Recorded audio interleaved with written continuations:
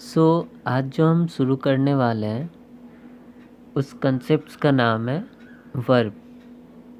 इस verb concept से हम और भी कुछ कंसेप्ट्स डील करने वाले हैं जो इंटरलिंक्ड है वर्ब से। लेकिन वर्ब बेसिक कंसेप्ट है, लेकिन इसलिए मैं इसी से स्टार्ट कर रहा हूँ। तो वर्ब जनरली होता क्या है, एक ऐसा एक्शन वर्ड होता है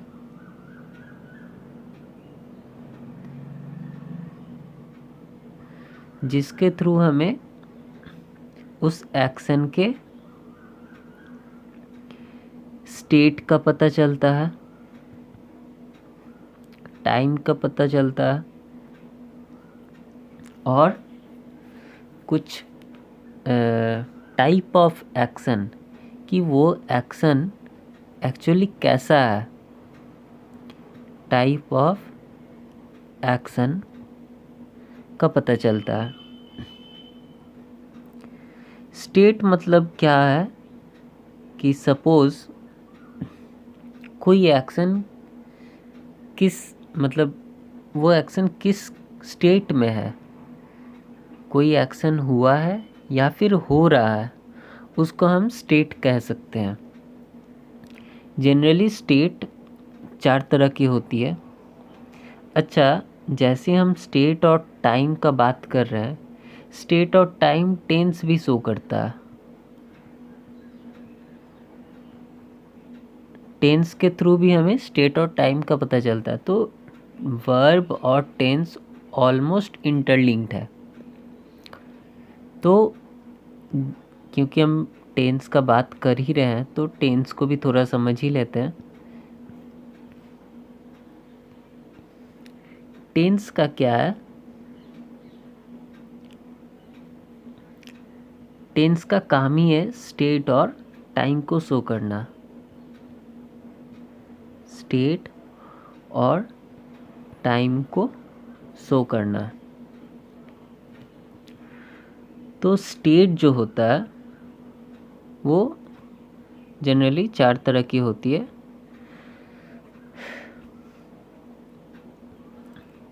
दैट इज इंडेफिनिट,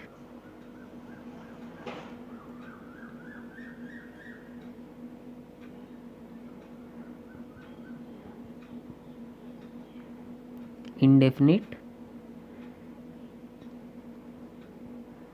कंटिन्यूअस,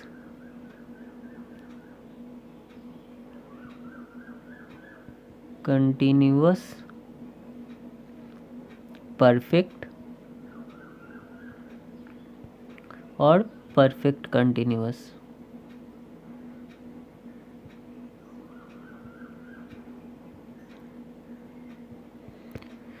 तो ये 4 टाइप का स्टेट होता है। इन चारों में से जो बेसिक स्टेट होता है वो कंटिन्यूअस और परफेक्ट का होता है, जो 2 बेसिक स्टेट होते हैं। कंटिन्यूअस मतलब क्या कि कोई एक्शन कंटिन्यूटी में है, उसे हम कंटिन्यूअस स्टेट में लिखते हैं। और अगर कोई एक्शन परफेक्ट स्टेट में है तो हम उसे परफेक्ट स्टेट में लिखते हैं। परफेक्ट मतलब कंप्लीट स्टेट, जो कि एक्शन कंप्लीट हो चुका है।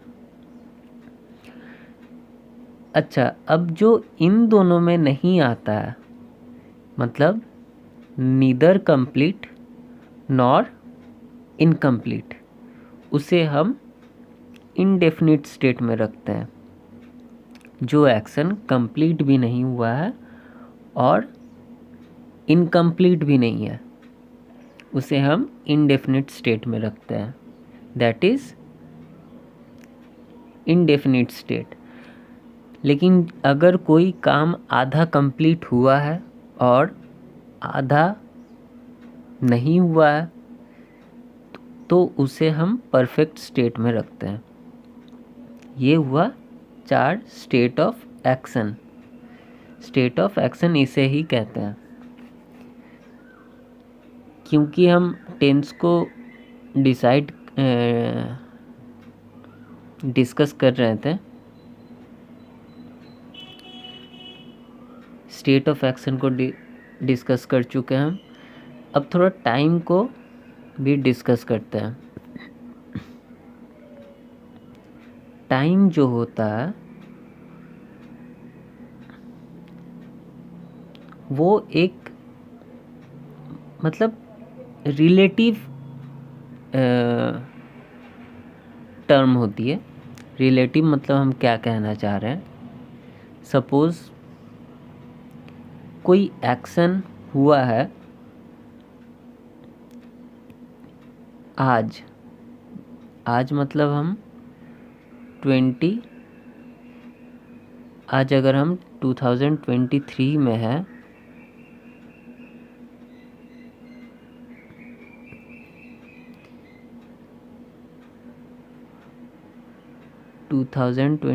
में है, तो उस एक्शन का, सपोज़ कोई एक्शन 2023 में हुआ है और उस एक्शन के बारे में हम 2023 में ही डिस्कस कर रहे हैं, तो वो एक्शन हमारे लिए एक प्रेजेंट में डिस्कस करने वाली बात होगी, क्योंकि हम भी प्रेजेंट मोमेंट 2023 में ही है। लेकिन कोई एक्शन अगर 2021 में हुआ है, 2022 में हुआ है, तो वो हमारे लिए पास्ट हो जाएगी। लेकिन अगर कोई एक्शन 2024 में होने वाला है या फिर होगा, तो वो हमारे लिए फ्यूचर हो जाएगी।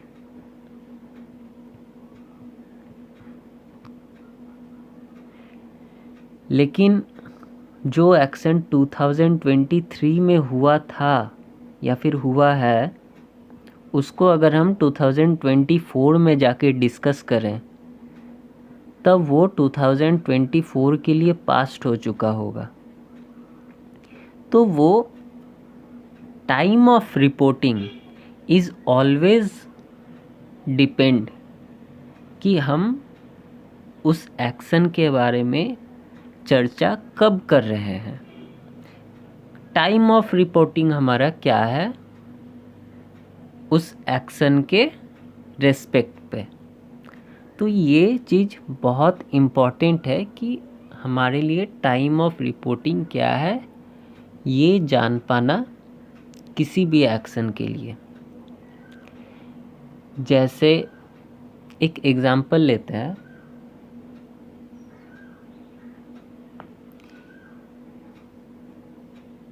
he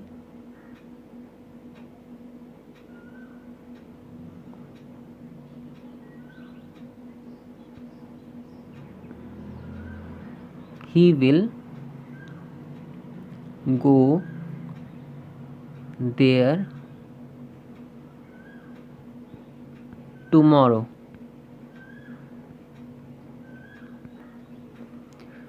यहाँ पे जो टाइम ऑफ एक्शन है, टाइम ऑफ एक्शन है वो फ्यूचर है, इसलिए यहाँ पे टेंस भी फ्यूचर लिखा है।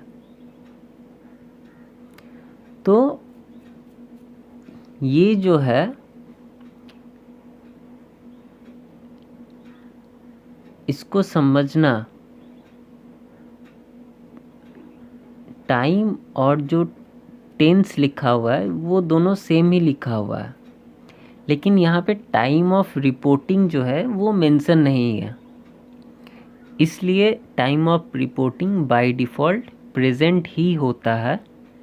प्रेजेंट को मान लेते हैं और आगे जो होने वाला एक्शन है उसको हम फ्यूचर में डिनोट करते हैं, और अगर वो काम हो चुका है तो उसे हम पास्ट में डिनोट करते हैं जब टाइम ऑफ रिपोर्टिंग नहीं लिखा होता है।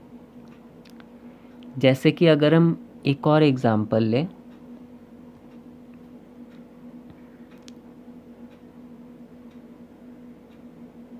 Ram is playing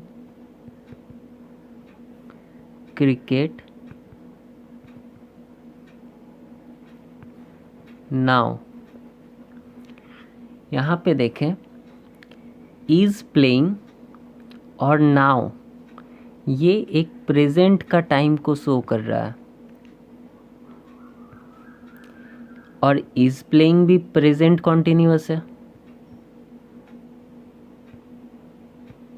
present continuous. यहाँ तो टाइम भी सेम है और टेंस भी सेम है, तो क्या ये सही है? अगर आप सोचेंगे, कभी भी जब कोई एक्शन प्रेजेंट का है और उस एक्शन के बारे में हम जिस टाइम पे बता रहे हैं उस टाइम को हम जनरली लिखते नहीं हैं, तो यहाँ पे जो नाउ लिखे हैं वो एक गलत है। हम कभी भी नहीं कह सकते कि Ram is playing cricket now, मतलब उसी टाइम पे वो लागू है, वो बताना ज़रूरी नहीं है। ज़रूरी क्या, वो कंपलसरी है ही नहीं। सिर्फ इज़ प्लेइंग लगा देने से पता चल रहा है कि वो अभी खेल रहा है, तो इसलिए टाइम मेंशन करना ज़रूरी है ही नहीं। तो ये चीज़ दिमाग में रखने वाली बात है कि कोई भी एक्शन को जब हम रिपोर्ट कर रहे हैं, अगर हम प्रेजेंट की ही बात कर रहे हैं तो ज़रूरी नहीं है कि टाइम ऑफ एक्शन को भी मेंशन करें। ठीक है, सपोज़ अगर हम कहें, सपोज़ हम 2020 में हैं और कोई एक्शन हुआ, जैसे कि आप किसी से मिले। सपोज़ एक एग्ज़ाम्पल लेते हैं, आई मीट हिम इन 2023। आप यहाँ पे देख रहे हैं कि 2023 ये एक प्रेजेंट ईयर है जो प्रेजेंट के टाइम को दिखा रहा है, और यहाँ पे टेंस लगा हुआ है प्रेजेंट इंडेफिनिट। प्रेजेंट टाइम और टेंस प्रेजेंट इंडेफिनिट। तो हमेशा ये ध्यान में रखें, जब भी हम कोई ऐसे एक्शन के बारे में बात कर रहे हैं जो अभी हो रहा है या फिर जिस टाइम पे हम बात कर रहे हैं उस वक्त ये लागू है, तो हम उस टाइम ऑफ एक्शन को कभी भी लिखते नहीं हैं या फिर कहते भी नहीं हैं। जब भी टाइम ऑफ रिपोर्टिंग और टाइम ऑफ एक्शन सेम बन जाए तब हम टाइम ऑफ एक्शन को मेंशन नहीं करते हैं। तो ये चीज़ ध्यान में रखें। अब जो टेंस की आगे की बात होती है,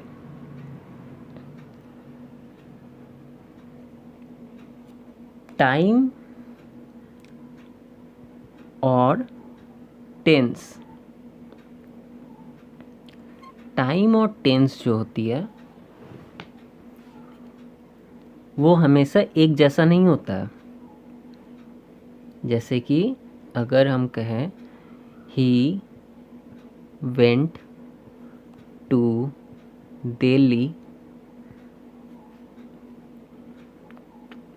ही went to Delhi yesterday। yesterday past का टाइम को शो कर रहा है, past time,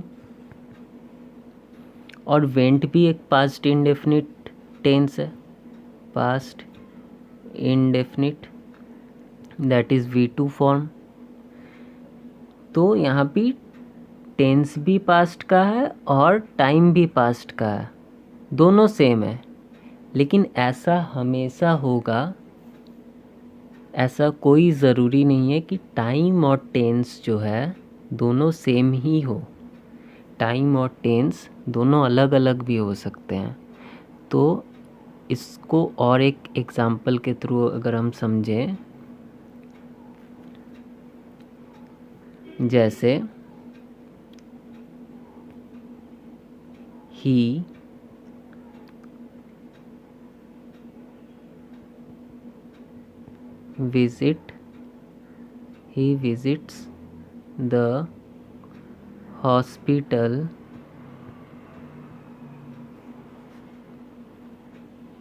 visits the hospital tomorrow। तो ये जो टुमारो है ये एक फ्यूचर टाइम है, फ्यूचर टाइम है। और विजिट्स जो है वो एक प्रेजेंट इंडेफिनिट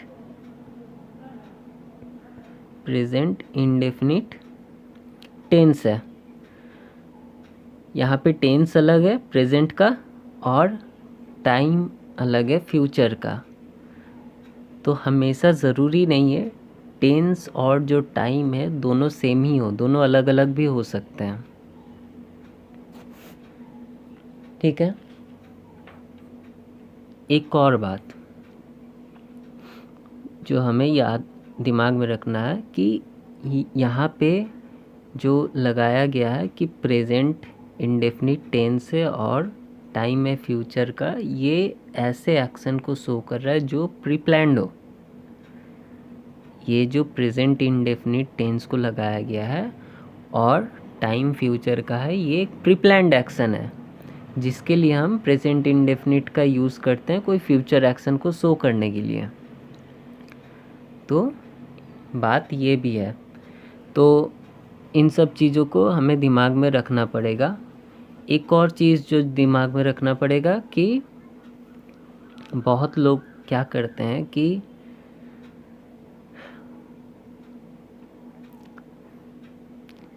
टेंस के हिसाब से टाइम को चेंज कर देते हैं। Suppose he went to Delhi tomorrow. वो क्या करेंगे, वेंट यहाँ पे पास्ट का टेंस लगा हुआ है और टुमारो यहाँ पे फ्यूचर का टाइम लिखा हुआ। वो क्या करेंगे कि टाइम को टुमारो को चेंज करके यस्टरडे लिख देंगे, जो कि बिल्कुल गलत है। हमेशा टाइम के हिसाब से टेंस को लिखा करें, टेंस के हिसाब से कभी भी टाइम को नहीं लिखें। इसको सही करने का जो तरीका है, टुमारो वैसा ही रहेगा, वेंट के जगह पे विल गो हो जाएगा। तो वेंट को काटे और विल गो का यूज़ करें। तो ये हो गया एक बात। तो टेंस का यही सब बेसिक्स जो है हमें दिमाग में रखना पड़ेगा और इसी के थ्रू पे हम बाकी के और भी वर्ब के कंसेप्ट को डील करते हैं। Uses of verb forms, uses of verb forms. Different uses होते हैं हर एक वर्ब फॉर्म्स के। जैसे शुरू करते हैं वर्ब का बेस फॉर्म से। वर्ब का बेस फॉर्म, वर्ब का बेस फॉर्म जो होता है वो जनरली मॉडल्स के साथ हम यूज़ करते हैं। मॉडल्स के साथ मॉडल्स पता होगा, will, shall, can, could, may, might वगैरह वगैरह, ये सब मॉडल्स होते हैं। तो मॉडल्स के साथ वर्ब का बेस फॉर्म यूज़ होता है, जिन्हें हम हेल्पिंग वर्ब भी कहते हैं। जैसे कि अगर हम एग्जाम्पल देखें, he will go there.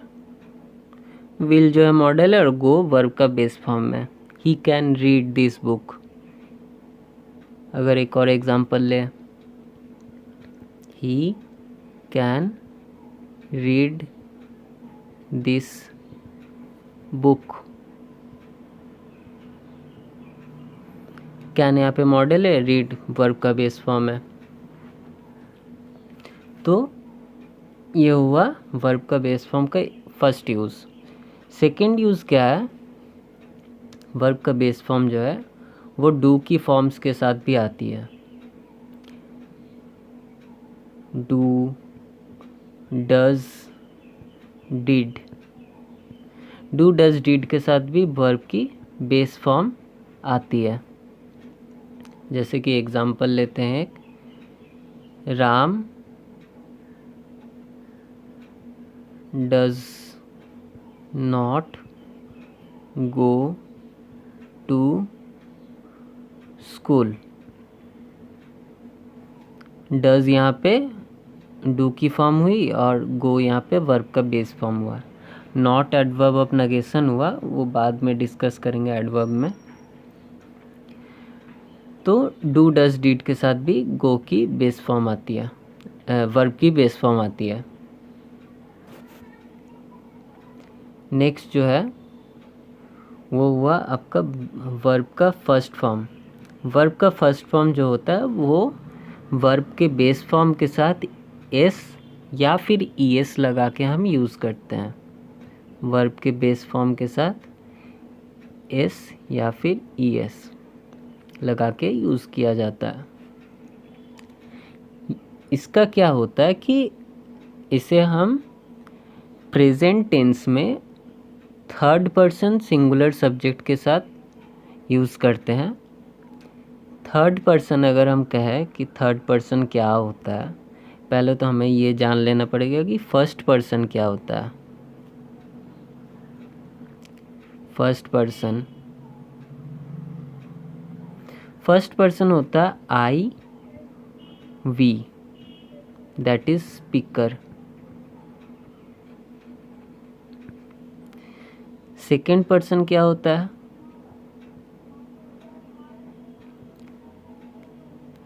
You, that is listener. Third person क्या होता है, ही, सी, इट, दे। ये थर्ड पर्सन सिंगुलर सब्जेक्ट है, जो सिंगुलर है, जिसके बारे में हम बात कर रहे हैं उसे हम थर्ड पर्सन कहते हैं। जिसके बारे में हम बात कर रहे हैं, फर्स्ट पर्सन हुआ स्पीकर, सेकंड पर्सन लिसनर और थर्ड पर्सन जिसके बारे में हम बात कर रहे हैं। यहाँ तक हुआ। तो वर्ब का जो फर्स्ट फॉर्म होता है उसे हम थर्ड पर्सन सिंगुलर सब्जेक्ट के साथ यूज़ करते हैं।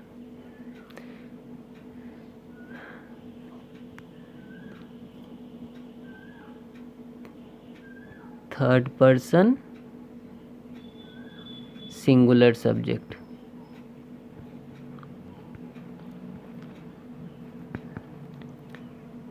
जैसे कि अगर हम बात करें एग्जाम्पल की, सी वर्क्स टिल नाइट। सी वर्क्स टिल नाइट, यहाँ पे वर्क प्लस एस लगा हुआ है सी के साथ, that is third person singular subject. किसी का अगर हम यहाँ पे नाम लगा दें, सपोज़ हम सी के जगह पे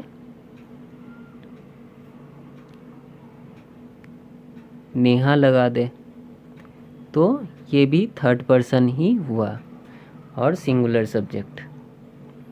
अच्छा, एक चीज़ दिमाग में रखें, वर्ब की जो फर्स्ट फॉर्म होती है वो विदाउट हेल्पिंग वर्ब आती है, इसके साथ कोई भी हेल्पिंग वर्ब नहीं लगती है। हेल्पिंग वर्ब मतलब बी की फॉर्म्स, हैव की फॉर्म्स और डू डज डीड मॉडल्स वगैरह नहीं लगती है इसके साथ, तो ये चीज़ दिमाग में रखें। नेक्स्ट जो डिस्कस करते हैं वो है आपका वर्ब की सेकेंड फॉर्म। वर्ब की second form that is past indefinite. Past indefinite ये विदाउट हेल्पिंग वर्ब ही यूज़ होती है, without helping verb. Example, Ram went to Ranchi. Went जो है वो V2 फॉर्म है, that is past indefinite form है जिसका use without helping verb use करते हैं। नेक्स्ट जो है वो हुआ वर्ब का थर्ड फॉर्म। वर्ब का जो थर्ड फॉर्म होता है वो हमेशा उसके साथ हैव की फॉर्म्स के साथ यूज़ होता है। हैव की फॉर्म्स, हैव की फॉर्म्स मतलब have, has, had plus V3। तो वर्ब की थर्ड फॉर्म जो होती है वो हैव की फॉर्म्स के साथ यूज़ होती है। जैसे एक एग्जांपल लेते हैं, Ram has completed his homework। तो हैज़ हुआ आपका हेल्पिंग वर्ब, हैव की फॉर्म्स, और completed हुआ V3 फॉर्म। इसका यूज़, एक और यूज़ है कि इसे हम पैसिव वॉइस में भी यूज़ करते हैं। किसी भी सेंटेंस को अगर हम पैसिव फॉर्म बनाना है किसी भी सेंटेंस को, तब भी हम इसे यूज़ करते हैं वर्ब की थर्ड फॉर्म को।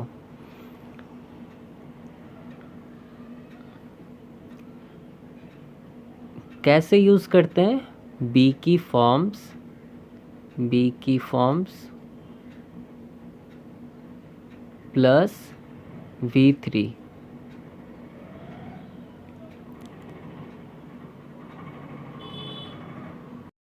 किसी भी सेंटेंस में बी की फॉर्म प्लस V3 जो है वो हमें डायरेक्ट शो करता है कि वो सेंटेंस पैसिव फॉर्म में है, पैसिव वॉइस में है। तो इस तरह से हम यूज़ करते हैं। अच्छा, बी की फॉर्म्स क्या होती है? बी की फॉर्म्स जो होती है,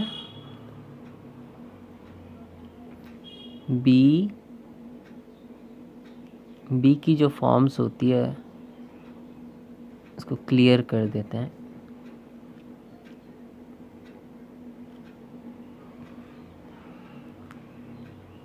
is, am, are, was, where,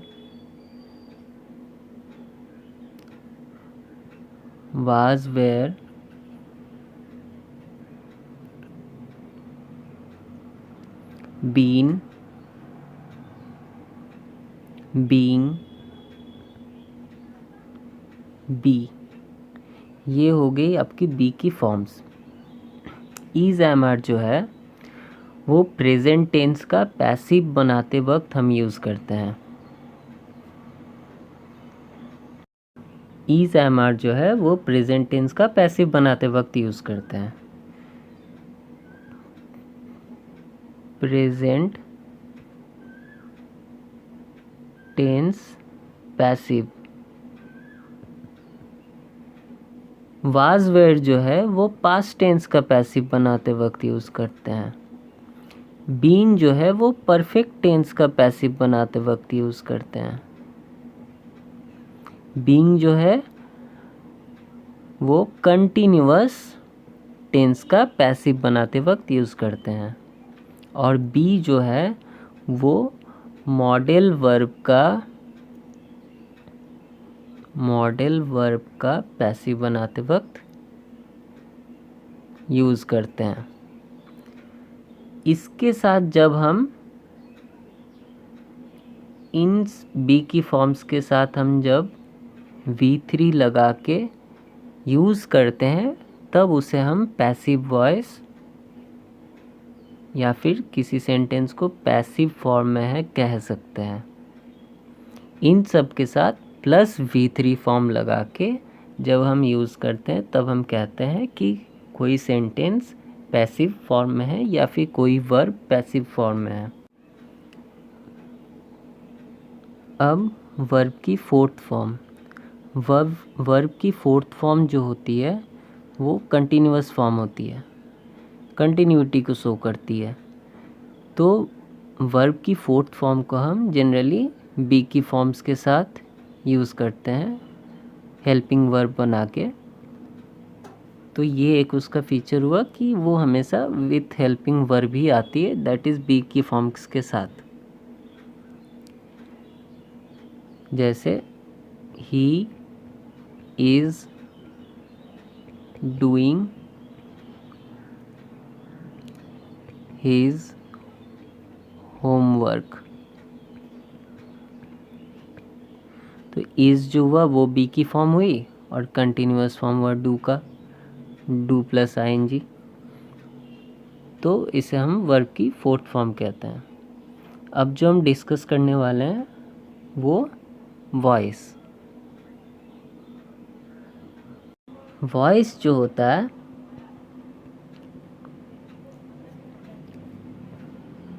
वो दो होती है बेसिकली, दैट इज़ एक्टिव और पैसिव होती है। एक्टिव फॉर्म को पहले हम डिस्कस करते हैं।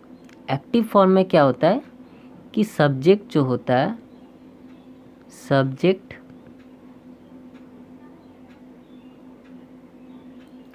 डूअर होता है। सिंपल बात है, सब्जेक्ट जो होता है वही डूअर होता है। सपोज एग्जांपल लिखते हैं, नेहा रोट अ लेटर।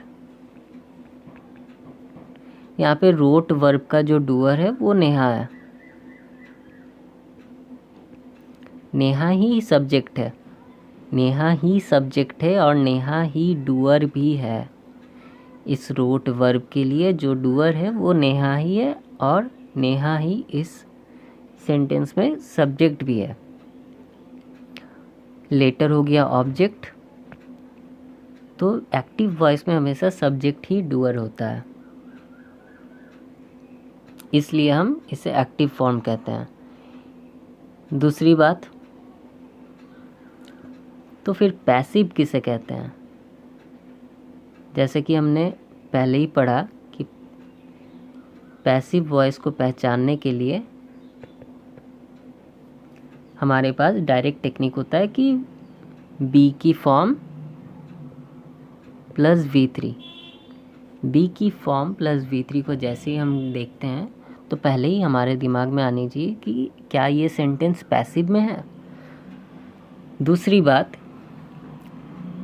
अगर बी की फॉर्म प्लस V3 है वहाँ पे लिखा हुआ, सपोज एक एग्जांपल लेते हैं, अ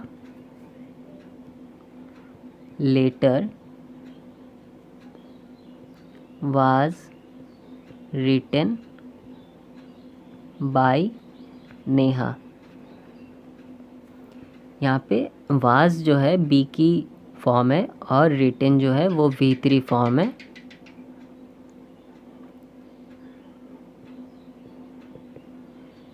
तो यहाँ पे पैसिव फॉर्म में सेंटेंस, और लेटर इस वाज रिटन वर्ब के लिए डूअर नहीं है। इस वाज रिटन वर्ब के लिए डूअर नहीं है। इस वाज रिटन का जो डूअर है वो कोई और है, लेकिन लेटर इस वर्ब के लिए डूअर नहीं है। लेकिन लेटर इस वर्ब के लिए सब्जेक्ट है। तो पैसिव वॉइस में जो होता है सब्जेक्ट डूअर नहीं होता है।